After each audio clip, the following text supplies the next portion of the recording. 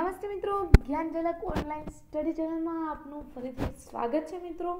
ગુજરાત જાહેર સેવા આયોગ દ્વારા એક અગત્યની માહિતી મૂકવામાં આવેલી છે। આપ જાણો જ છો કે ગુજરાત રાજ્ય છે પહેલું એવું રાજ્ય છે કે જેને 10% સવર્ણ અનામત છે એને અમલી મૂકી દીધું છે અને તે સંદર્ભમાં આવનાર તમામ ભરતી પરીક્ષાઓની જીપીએસસી દ્વારા છે મોકૂફ રાખવાની જાહેરાત કરવામાં આવેલી છે। તે સંદર્ભે આજે નોટિફિકેશન આ વિડીયોમાં આપણે જોવાનું છે।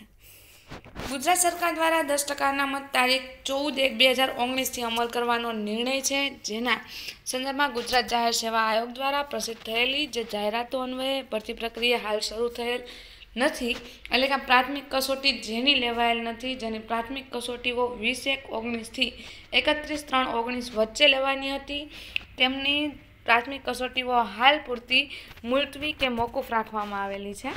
આયોગનો પ્રયત્ન રહેશે કે એપ્રિલ 2019 પછી નિર્ધારિત પ્રાથમિક કસોટીઓ છે યથાવત રાખવાની છે।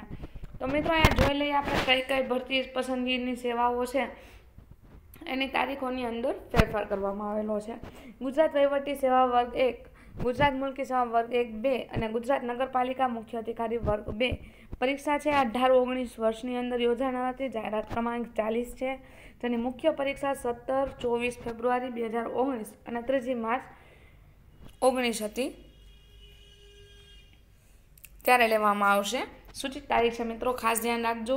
નાયબ શિક્ષણ અધિકારી નાયબ મામલતદાર વર્ગ 3ની મુખ્ય પરીક્ષા 18-19 મે ના રોજ છે યોજાનાર છે। નગરપાલિકા મુખ્ય અધિકારી વર્ગ 3 મુખ્ય પરીક્ષાની પરીક્ષા 13-14 જુલાઈ 2019ની અંદર યોજાનાર છે।